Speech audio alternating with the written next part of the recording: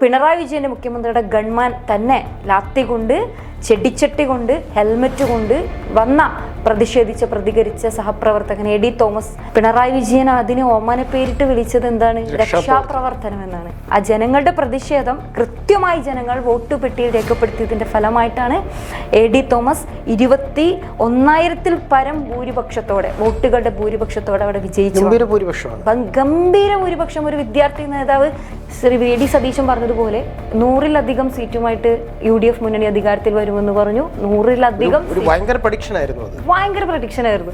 യഥാർത്ഥ ഇടതുപക്ഷ അനുഭാവികളായിട്ടുള്ളവരുടെ വോട്ടും കൂടി ചേർത്തിട്ടാണ് ഈ പറയുന്ന ബഹുഭൂരിപക്ഷത്തോടുള്ള വിജയം എന്നുള്ള കാര്യത്തിൽ യാതൊരു തരത്തിലുള്ള സംശയമില്ല. അതിന് കിട്ടിയ ഒരു അംഗീകാരം തന്നെയാണ്, അർഹമായിട്ടുള്ളൊരു അംഗീകാരം തന്നെയാണ് VT സൂരജും AD തോമസും ഈ പിണറായി വിജയന്റെ ഭരണകൂടത്തിന്റെ തുറന്നു കാണിച്ചതിന്റെ പേരിൽ മാത്രം ക്രൂരമർദ്ദനം ഏറ്റുവാങ്ങി ഞാൻ വിശ്വസിക്കുന്ന പ്രസ്ഥാനത്തെ വഞ്ചിക്കാൻ എനിക്ക് ഒരിക്കലും സാധിക്കില്ല.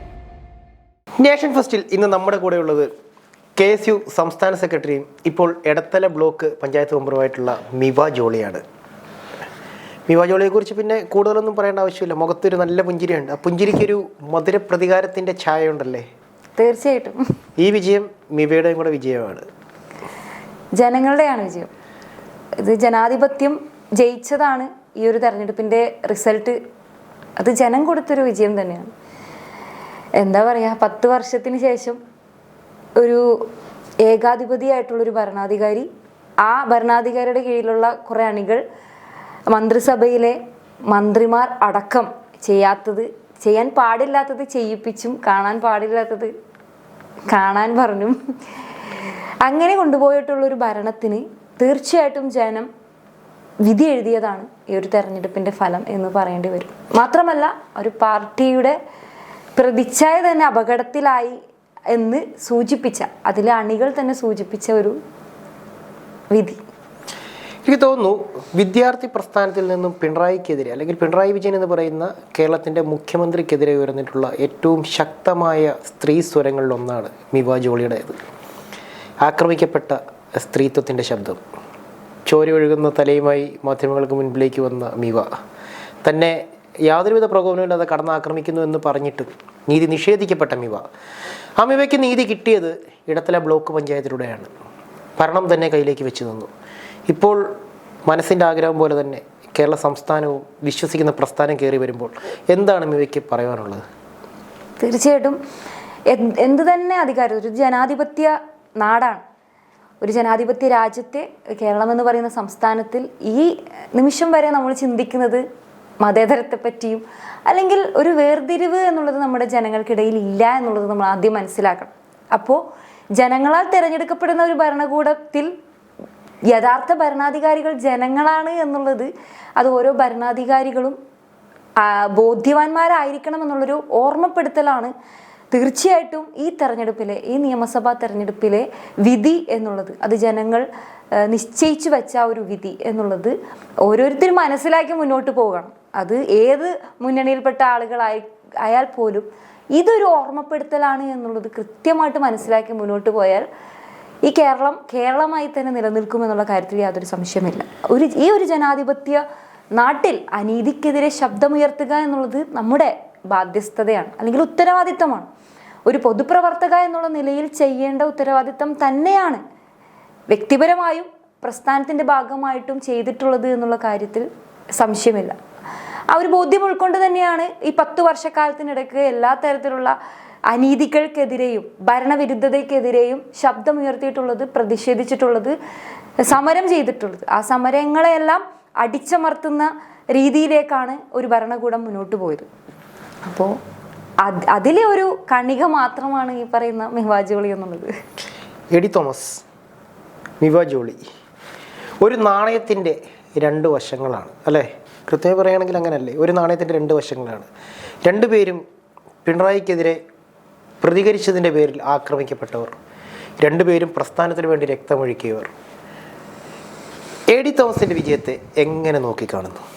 ഈ ഒരു ഇലക്ഷനിൽ തന്നെ ഏറ്റവും അധികം സന്തോഷിപ്പിച്ചൊരു വിജയം തന്നെയാണ് എ ഡി തോമസിൻ്റേത്. വിദ്യാർത്ഥി പ്രസ്ഥാനത്തിൽ വിശ്വസിക്കുന്ന, അടിയുറച്ച് വിശ്വസിക്കുന്ന ഒരു മുന്നണി പോരാളി എന്നുള്ള നിലയിൽ ഒരു ജില്ല ആലപ്പുഴ ജില്ലയുടെ കേരള വിദ്യാർത്ഥി യൂണിയന്റെ ജില്ലാ പ്രസിഡന്റാണ് എ ഡി തോമസ് എന്ന് പറയുന്നത്. ആ ആദർശം ഉൾക്കൊണ്ട് തന്നെ എല്ലാവരും വിദ്യാർത്ഥി പ്രസ്ഥാനങ്ങളുടെ സമരങ്ങളുമായിട്ടും സർക്കാരിനെതിരെയും ഒക്കെ അനീതികൾക്കെതിരെ ഒക്കെ ശബ്ദമുയർത്തി പ്രതിഷേധിച്ച് സമരങ്ങളുമായിട്ട് മുന്നോട്ട് പോകുമ്പോൾ ആലപ്പുഴയെ അടിയുറച്ച് ശക്തമായിട്ട് മുന്നോട്ട് നയിച്ച ആലപ്പുഴയുടെ മണ്ണിലെ വിദ്യാർത്ഥി സമൂഹത്തെ മുന്നോട്ട് നയിച്ച വ്യക്തിത്വമാണ് എ ഡി തോമസ് എന്ന് പറയുന്നത്. ആ എ ഡി തോമസിന് കഴിഞ്ഞ നവകേരള സദസ്സ് എന്ന് പറയുന്ന വലിയ ഒരു ആർഭാട യാത്രയുമായിട്ട് ഒരു മന്ത്രിസഭ അങ്ങനെ തന്നെ ഒരു വലിയ ആർഭാട ബസ്സിൽ കാസർഗോഡ് മുതൽ തിരുവനന്തപുരം വലിയ യാത്ര നടത്തിയപ്പോൾ ജനങ്ങളെ നേരിട്ട് കാണാനെന്ന് പറഞ്ഞുകൊണ്ട് പിണറായി വിജയന്റെ നേതൃത്വത്തിൽ മന്ത്രിമാർ യാത്ര ചെയ്തപ്പോൾ ജനങ്ങളെ ഒന്ന് അല്ലെങ്കിൽ ജനങ്ങളെ നേരിട്ട് കണ്ട് അവരുടെ ആശംസകളും ആശീർവാദങ്ങളും ഏറ്റുവാങ്ങേണ്ടവരാണ് ജനപ്രതിനിധികളും മന്ത്രിമാരെന്ന് പറയുന്നത്. പക്ഷേ ഈ ഒരു നവകേരള സദസ്സിൽ കണ്ട ഈ കാഴ്ച എന്ന് പറയുന്നത് ജനങ്ങളെ ദ്രോഹിക്കുന്നതിന് തുല്യമാണ്. കാരണം ഈ ഒരു ഭരണം, പിണറായി വിജയന്റെ നേതൃത്വത്തിലുള്ള ഭരണം തീർത്തും ജനവിരുദ്ധമാണ് എന്ന് കാസർഗോഡ് മുതൽ തിരുവനന്തപുരം വരെ ജനങ്ങളുടെ പ്രതിഷേധം. അതിൽ മുന്നിട്ട് നിന്നുകൊണ്ട് പ്രതിപക്ഷ വിദ്യാർത്ഥി സംഘടന അടക്കമുള്ള കേരള വിദ്യാർത്ഥി യൂണിയൻ അടക്കമുള്ള സംഘടനകൾ, വിദ്യാർത്ഥികൾ പ്രതിഷേധവുമായി കരിങ്കൊടിയുടെ രൂപത്തിൽ ഒക്കെ ഈ ഒരു നവകേരള സദസ്സിനെതിരെയുള്ള പ്രതിഷേധം അല്ലെങ്കിൽ ഈ നാട്ടിലെ ഭരണകൂടത്തിനെതിരെയുള്ള പ്രതിഷേധം പ്രകടിപ്പിച്ചപ്പോൾ ആലപ്പുഴ ജില്ലയിൽ എത്തിച്ചേർന്നപ്പോൾ നമ്മൾ കണ്ട കാഴ്ച പിണറായി വിജയന്റെ മുഖ്യമന്ത്രിയുടെ ഗൺമാൻ തന്നെ ലാത്തി കൊണ്ട്, ചെടിച്ചട്ടി കൊണ്ട്, ഹെൽമറ്റ് കൊണ്ട് പ്രതികരിച്ച സഹപ്രവർത്തകൻ എ ഡി തോമസിനെ അടക്കമുള്ള സഹപ്രവർത്തകരെ തലയ്ക്ക് അടിച്ച് പരിക്കേൽപ്പിച്ചുകൊണ്ട് തല തല്ലിപ്പൊളിച്ചുകൊണ്ട് ആ കുട്ടി അല്ലെങ്കിൽ ആ ഒരു സഹപ്രവർത്തകൻ അവിടെ ആയിക്കോട്ടെ ഒരു മനുഷ്യനോ ആ മനുഷ്യജീവി അവിടെ മരിച്ചു വീണാലും ഈ പറയുന്ന ആളുകൾക്ക് പ്രശ്നമില്ല എന്നുള്ളതാണ്. പിണറായി വിജയൻ അതിനെ ഓമന പേരിട്ട് വിളിച്ചത് എന്താണ്? രക്ഷാപ്രവർത്തനം എന്നാണ്. ഒന്ന് ചിന്തിച്ചു നോക്കൂ. ഈ ഒരു നാട്ടില് കേരളത്തിലെ ജനങ്ങൾ ഇതെല്ലാം കണ്ടതാണ്. അതിന്റെ കേസുകളുമായിട്ടൊക്കെ മുന്നോട്ട് പോയപ്പോൾ അതിന് തെളിവില്ല എന്ന് പറഞ്ഞിട്ടാണ് ആ കേസിനെ എഴുതി തള്ളിയത്. ആ തെളിവ് സഹിതം നമ്മൾ ജനങ്ങൾ കണ്ടത്, ആ ജനങ്ങളുടെ ഹൃദയത്തിൽ പതിഞ്ഞ രംഗങ്ങൾ ഇപ്പോൾ ഇവിടുത്തെ ഒരു നല്ല കമ്മ്യൂണിസ്റ്റുകാർക്ക് ആർക്കും മറക്കാൻ സാധിക്കില്ല എന്നുള്ളതാണ്. യഥാർത്ഥ ഇടതുപക്ഷ വിശ്വാസികൾക്ക് അടക്കമുള്ള ജനങ്ങൾക്ക് അവിടെ ഉണ്ടായിരുന്ന ആ ഒരു ക്രൂരമർദ്ദനങ്ങളെ എന്തെങ്കിലും ആരെങ്കിലും ഉപദ്രവിച്ചതിന്റെ പേരിലോ അല്ലെങ്കിൽ ആരെങ്കിലും ആക്രമിച്ചതിന്റെ പേരിലോ എന്തെങ്കിലും കുറ്റകൃത്യം ചെയ്തതിന്റെ പേരിലല്ല ആണെങ്കിൽ നമുക്ക് എന്തെങ്കിലും പറഞ്ഞു ന്യായീകരിക്കാം. പക്ഷേ ഈ നാട്ടിലെ ഭരണകൂടത്തിനെതിരെയുള്ള ഒരു പ്രതിഷേധം കരിങ്കൊടി രൂപത്തിൽ പ്രകടിപ്പിച്ചതിന്റെ പേരിൽ മാത്രം ഗൺമാൻ അടക്കണം, പോലീസല്ല, പോലീസിനേക്കാൾ വെറും നോക്കുകുത്തിയാക്കി നിർത്തിക്കൊണ്ട് ഒരു മുഖ്യമന്ത്രിയുടെ ഒരു ഗൺമാൻ വന്ന് ആക്രമിക്കുമ്പോൾ അതിനുള്ള തിരിച്ചടി എന്ന വണ്ണമാണ് അത് ജനങ്ങൾ അവിടെ രേഖപ്പെടുത്തി. ആ ജനങ്ങളുടെ പ്രതിഷേധം കൃത്യമായി ജനങ്ങൾ വോട്ട് പെട്ടിയിൽ രേഖപ്പെടുത്തിയതിന്റെ ഫലമായിട്ടാണ് എ ഡി തോമസ് 21,000-ൽ പരം ഭൂരിപക്ഷത്തോടെ, വോട്ടുകളുടെ ഭൂരിപക്ഷത്തോടെ അവിടെ വിജയിച്ചു. ഗംഭീര ഭൂരിപക്ഷം. ഒരു വിദ്യാർത്ഥി നേതാവ് കാലെടുത്ത് വെച്ച് അല്ലെങ്കിൽ ഒരു കന്നി അംഗത്തിന്, അതും നിയമസഭാ തെരഞ്ഞെടുപ്പിലേക്കൊക്കെ വരുമ്പോൾ അവിടെ ജയത്തെക്കാൾ ഉപരി ജയിച്ചു എന്നുള്ളത് മാത്രമല്ല, അതിന്റെ ഭൂരിപക്ഷം 21,000-ൽ പരം എന്നൊക്കെ പറയുമ്പോൾ തീർച്ചയായിട്ടും ആ ഒരു ജനങ്ങളുടെ മുഖത്തേറ്റ പ്രഹരം തന്നെയാണ് അവിടെ ആ പിണറായി വിജയൻ എന്ന് പറഞ്ഞ ഭരണാധികാരിയുടെ നേതൃത്വത്തിൽ ഈ കേരള ജനത സാക്ഷ്യം വഹിച്ചത്.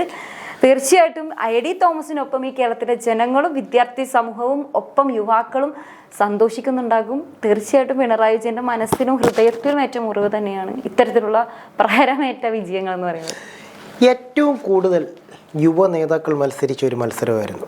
ഐക്യജനാധിപത്യ മുന്നണിയുടെ ഒരുമാതിരിപ്പെട്ട എല്ലാ യുവ നേതാക്കളും കളത്തിലുണ്ട്. സ്വാഭാവികമായും വരാൻ പോകുന്നത് ഒരു യുവജന മന്ത്രിസഭയായിരിക്കും.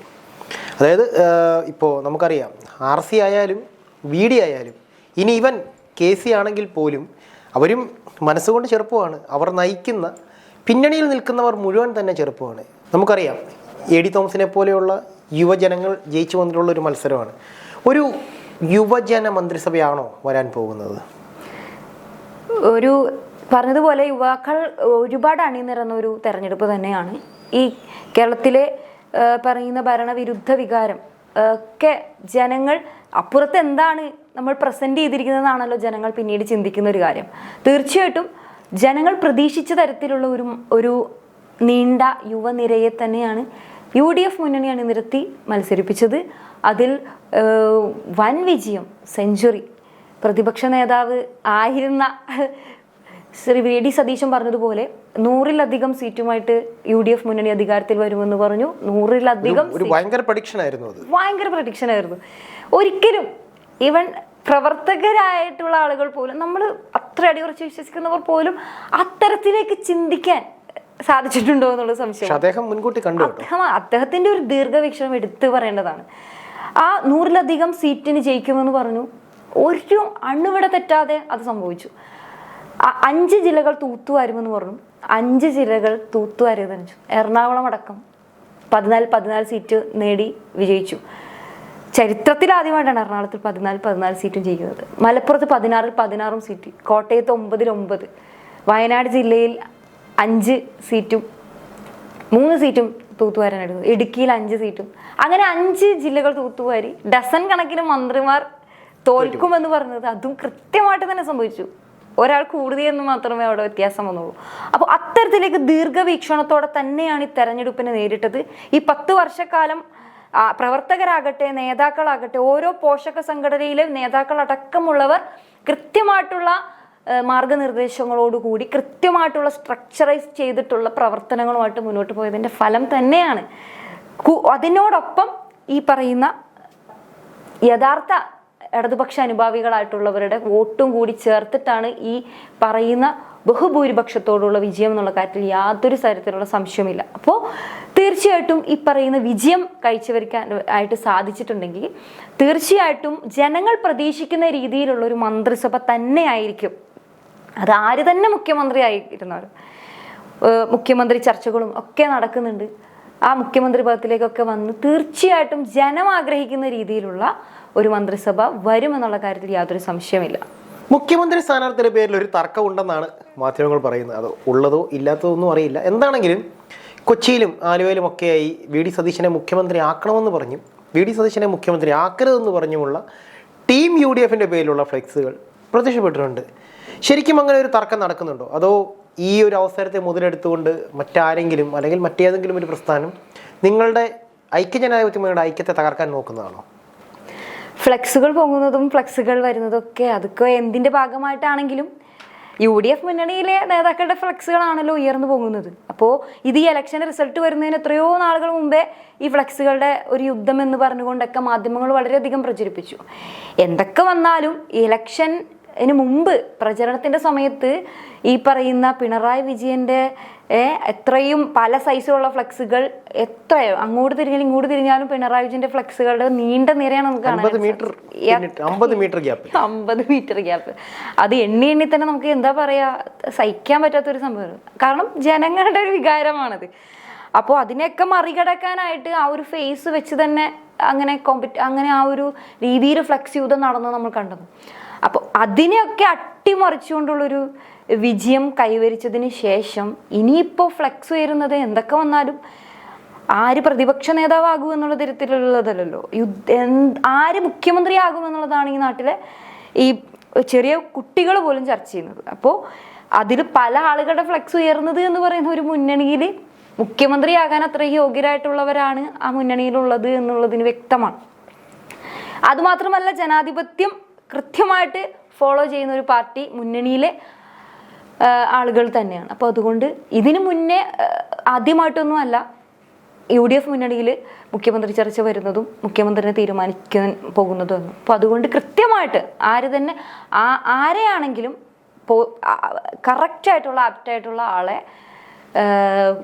നേതൃത്വം തീരുമാനിക്കും, അതിനുള്ള ചർച്ചകൾ നടത്തും, അതിനുള്ള തീരുമാനങ്ങൾ എടുക്കും.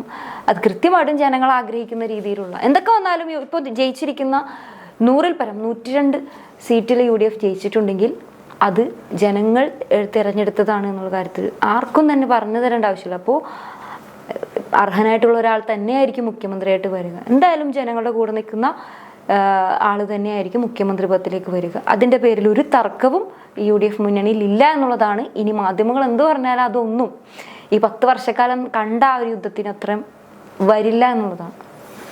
ഒരു പേഴ്സണലായിട്ടുള്ള ചോദ്യമാണ്. ഈ വിജയത്തിൽ മീവയ്ക്ക് ഏറ്റവും കൂടുതൽ സന്തോഷം തോന്നിയ വിജയം ആരുടേതായിരുന്നു? ആര് വിജയിച്ചപ്പോഴാണ് ഏറ്റവും കൂടുതൽ സന്തോഷം തോന്നിയത്? തീർച്ചയായിട്ടും ഇപ്പൊ നേരത്തെ പറഞ്ഞതുപോലെ എൻ്റെ സഹപ്രവർത്തകരായിട്ടുള്ള യുവാക്കളായിട്ടുള്ള വിദ്യാർത്ഥി പ്രസ്ഥാനത്തിൽ പ്രവർത്തിക്കുന്ന അല്ലെങ്കിൽ ജില്ലാ പ്രസിഡന്റുമാരായിട്ടുള്ള AD തോമസും VT സൂരജും ജയിച്ച ഒരു സന്തോഷം വേറെ വലുതാണ്, വളരെ വലുതാണ്. അത് അവരുടെ ആദ്യ അംഗമാണ്. അവർ നയിച്ച പോരാട്ടങ്ങൾ, അവർ നേതൃത്വം കൊടുത്ത സമരങ്ങൾ, ഈ ജനവിരുദ്ധ സർക്കാരിനെതിരെ അവർ നടത്തിയ പോരാട്ടങ്ങളൊക്കെ സമാനതകളില്ലാത്തതാണ്. നമ്മളൊക്കെ അതിൻ്റെ ഭാഗമായിട്ടുണ്ട്. പക്ഷെ അതിന് നേതൃത്വം കൊടുക്കുക, അതിന് മുന്നോട്ട് കൊണ്ടുപോകുക, ഒരു ജില്ലയെ തന്നെ നയിക്കുക.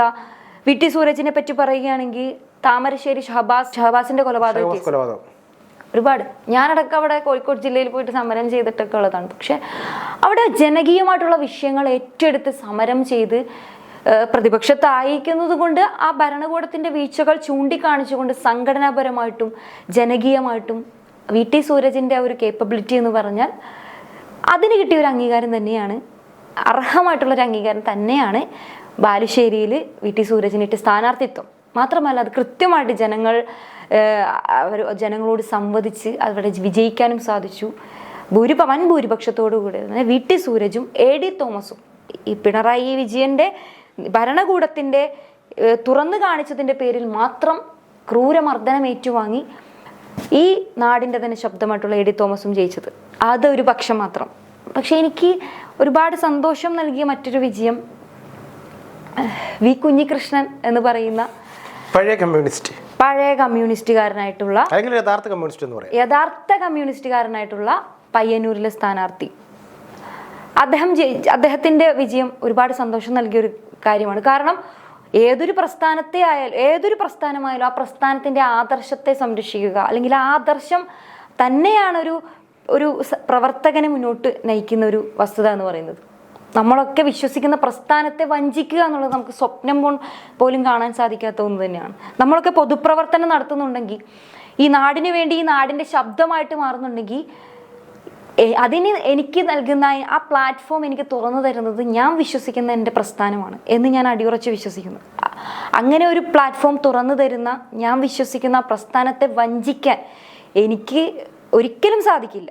പക്ഷെ ആ വഞ്ചിക്ക് ആര് തന്നെ അങ്ങനെ അതിന് മുൻകൈ എടുത്താലും അതിനെതിരെ വിരൽ ചൂണ്ടി സംസാരിക്കാൻ ഞാൻ തയ്യാറാകുന്നിടത്താണ് എൻ്റെ പ്രസ്ഥാനത്തിൻ്റെ വിജയമെന്നാണ് ഞാൻ വിശ്വസിക്കുന്നത്. അങ്ങനെ ഒരു പ്രസ്ഥാനത്തിൻ്റെ രക്തസാക്ഷികൾ എന്ന് പറയുന്നത് നമ്മുടെ പ്രസ്ഥാനത്തിന് വേണ്ടി സ്വന്തം ജീവൻ പോലും ബലികഴിച്ചവരാണ്.